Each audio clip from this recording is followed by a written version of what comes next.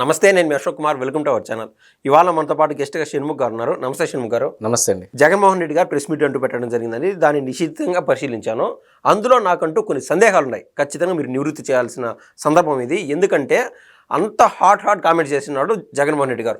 ముఖ్యమైన ప్రశ్న ఏంటంటే ఎలక్షన్ కమిషన్ యొక్క నిబద్ధతనే ప్రశ్నించే విధంగా ఆయన ప్రధానమైన ప్రశ్న ఏంటంటే, ఏదైతే పోలింగ్ జరిగిందో గత సార్వత్రిక ఎన్నికల్లో పోలింగ్ పైన కౌంటింగ్ రోజుకి 12.5% పైన ఓట్లు కౌంటింగ్లో బయటపడినాయి అని ఆయన అంటూ చెప్పినాడు. అసలు దాన్ని ఏ విధంగా చూడాలి? ఇంత బిగ్గర మిస్టేక్ చేయగలుగుతుంది అసలు ఎలక్షన్ కమిషన్? సరే, ముందుగా నువ్వు అడిగినటువంటి ప్రశ్నకు జవాబు ఇవ్వాలంటే జగన్మోహన్ రెడ్డి గారి పరిపాలన కాలం నుంచి మనం రావాలి. నిమ్మగడ్డ రమేష్ కుమార్ అని చెప్పేసి స్టేట్ ఎలక్షన్ కమిషనర్ మనకు తెలుసు.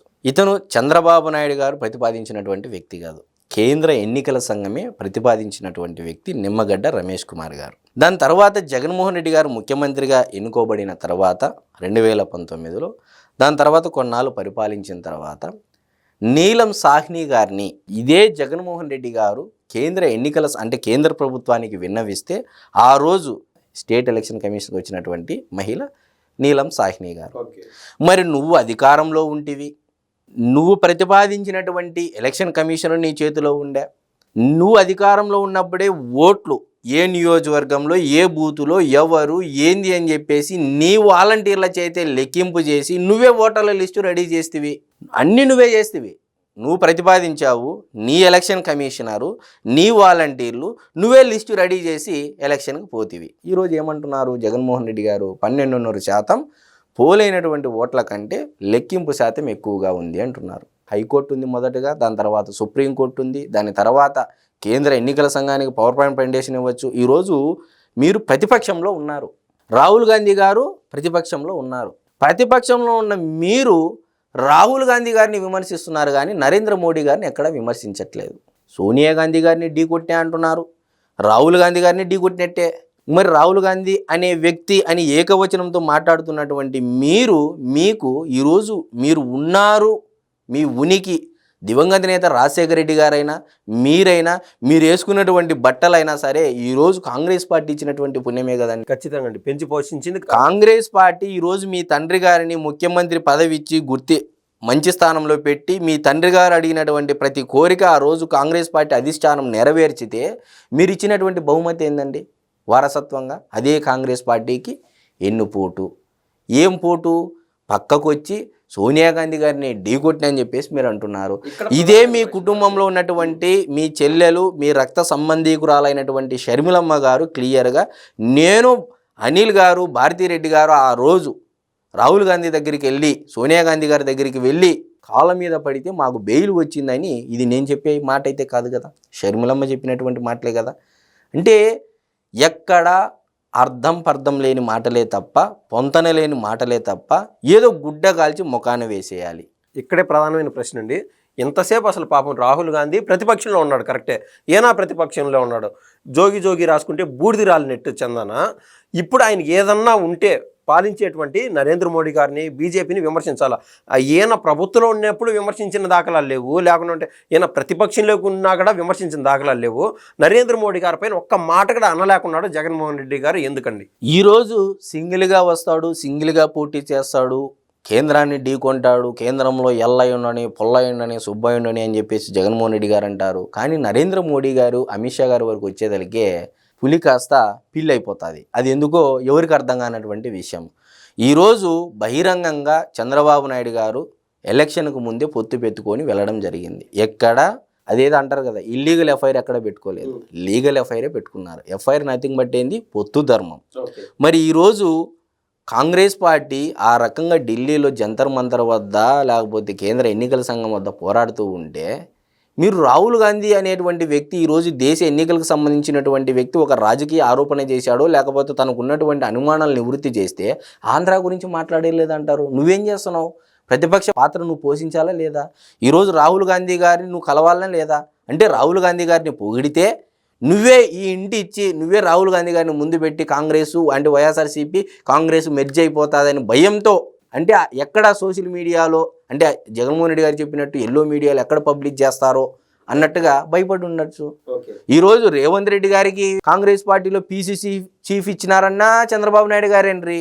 ముఖ్యమంత్రి పదవి ఇచ్చినా చంద్రబాబు నాయుడు గారేనండి. ఇదే స్వయంగా రేవంత్ రెడ్డి గారు ఏం చెప్పారండి?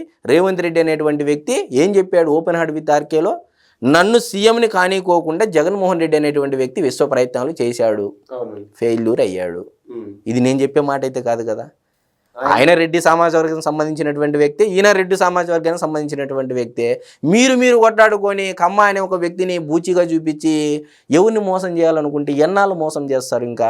అంటే నేను చెప్పేది ఏంటంటే, నిజంగా చంద్రబాబు నాయుడు గారికి కూడా ఇంత సూపర్ పవర్ ఉంది అన్ని పార్టీలో అనేది ఆయనకు కూడా అర్థం కానటువంటి విషయం. ఇప్పుడు ప్రతిరోజు కూడా రాహుల్ గాంధీతో హాట్ లైన్లో బాబు గారు టచ్లో ఉంటాడు అని చెప్తున్నాడు. దానికి మీరేమంటారండి? నేను చెప్పేది ఏం లేదండి. ఈరోజు కాంగ్రెస్ పార్టీ అధినేత ఎవరు అంటే చంద్రబాబు నాయుడు గారని మనం అనుకోవాలా? లేదు భారతీయ జనతా పార్టీకి అధినేత ఎవరు అంటే చంద్రబాబు నాయుడు గారని మనం అనుకోవాలా? లేదు ఇంకా వైఎస్ఆర్సీపీ పార్టీ కూడా ఈరోజు బతికి ఉంది అంటే చంద్రబాబు నాయుడు గారే అని మనం చెప్పాలా? దేని ప్రకారము, దేని ప్రాతిపదికన జగన్మోహన్ రెడ్డి గారు పెట్టినటువంటి ప్రెస్ మీట్ ప్రకారం మనం మాట్లాడినట్టయితే దేశంలో ఉండే ఏ ఒక్క పార్టీ అయినా సరే అది చంద్రబాబు నాయుడే. అయితే గతంలో చక్రాల బొంగరాలు తిప్పినారు బాబు గారు అని చెప్పి అవహేళన చేసిన సందర్భాలు కూడా ఉన్నాయి. ఇప్పుడు అది మొత్తం బూమ్రాంగ్ అయిపోయి ఏది చేసినా మొత్తం ప్రపంచంలోనే చంద్రబాబు అనే రూట్లో ఉన్నారండి వైసీపీ. ఈ రోజు ఏదైతే జగన్మోహన్ రెడ్డి గారు హాట్ లైన్ అని చెప్పేసి ఒక లైన్ చెప్పారు, చంద్రబాబు నాయుడు గారు, రేవంత్ రెడ్డి గారు, కాంగ్రెస్ రాహుల్ గాంధీ గారు ఆ లైన్ చెప్పారు. మరి ఆంధ్రప్రదేశ్ రాష్ట్ర ప్రజలు ఏమంటా ఉన్నారు? అతి ముఖ్యంగా తెలుగుదేశం పార్టీ తమ్ముళ్ళు ఏమంటున్నారంటే, జగన్మోహన్ రెడ్డి గారు, కేసీఆర్ గారు, నరేంద్ర మోడీ గారు, జగన్మోహన్ రెడ్డి గారు, డీకే శివకుమార్ గారు, కాంగ్రెస్ పార్టీ రాహుల్ గాంధీ గారు అని చెప్పేసి ఆంధ్రప్రదేశ్ రాష్ట్ర ప్రజలు అతి ముఖ్యంగా తెలుగుదేశం పార్టీ తమ్ముళ్ళు ఆరోపించేటువంటి పరిస్థితి ఉంది. ఈరోజు సచ్చీలుగా మీరు ప్రెస్ మీట్ ముందుకు వచ్చి మాట్లాడుతూ ఉంటే ప్రతి ఒక్క దానికి తగుదనమ్మా అంటూ అటు తెలంగాణలో ఉన్నటువంటి రాజకీయ నాయకులైనా సరే, ఆంధ్రప్రదేశ్లో ఉన్నటువంటి రాజకీయ నాయకులైనా సరే, ఎవరు చూసినా చంద్రబాబు నాయుడు గారి నామస్మరణ లేకోకుండా వారి యొక్క పార్టీలు బతకాలి అంటే ఈరోజు చంద్రబాబు నాయుడు గారు నామస్మరణ చేస్తే తప్ప బతకట్లేదు. సో ఈరోజు అదే కోవకు జగన్మోహన్ రెడ్డి గారు కూడా వచ్చారు.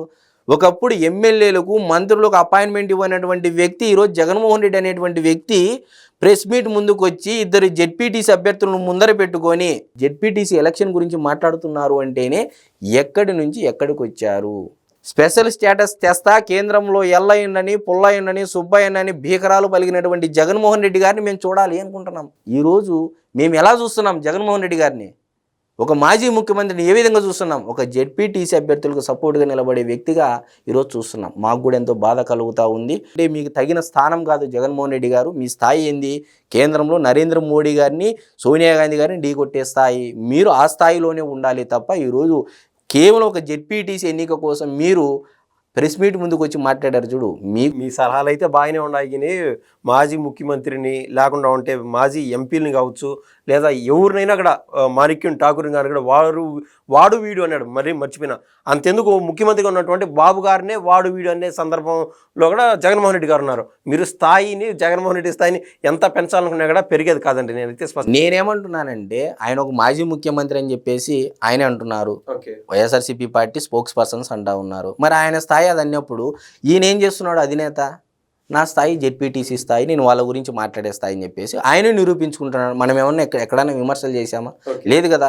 ఈరోజు కళ్ళ ముందు ఉన్నటువంటి వాస్తవాన్ని ప్రజల ముందు మనం ఉంచుతా ఉన్నాము. ఎక్కడ జగన్మోహన్ రెడ్డి గారు తక్కువ వ్యక్తి కాదు. నిజంగా 36 కేసులు ఉన్నటువంటి జగన్మోహన్ రెడ్డి గారిని అధికారం కూర్చోబెట్టారు అంటేనే ప్రజలు దించారా లేదా? అంటే ప్రజల చేతిలో ఉంది. జగన్మోహన్ రెడ్డి గారి చేతిలోనో, చంద్రబాబు నాయుడు గారి చేతిలోనో, లేకపోతే నా చేతిలోనో, మీ చేతిలో లేదు. ప్రజలు అనుకుంటే కొండ మీద కూర్చోబెడతారు, అదే ప్రజలు అనుకుంటే కొండ మీద నుంచి తోసేస్తారనే దానికి జగన్మోహన్ రెడ్డి గారి ఒక ప్రత్యక్ష ఉదాహరణగా మనం చెప్పవచ్చు. మారుతారు అనుకున్న ప్రతిసారి జగన్మోహన్ రెడ్డి మరింత దిగజారుతున్నాడు అని చెప్పి షణ్ముఖరావు అయితే చెప్పారు. ధన్యవాదాలండి. నమస్తే.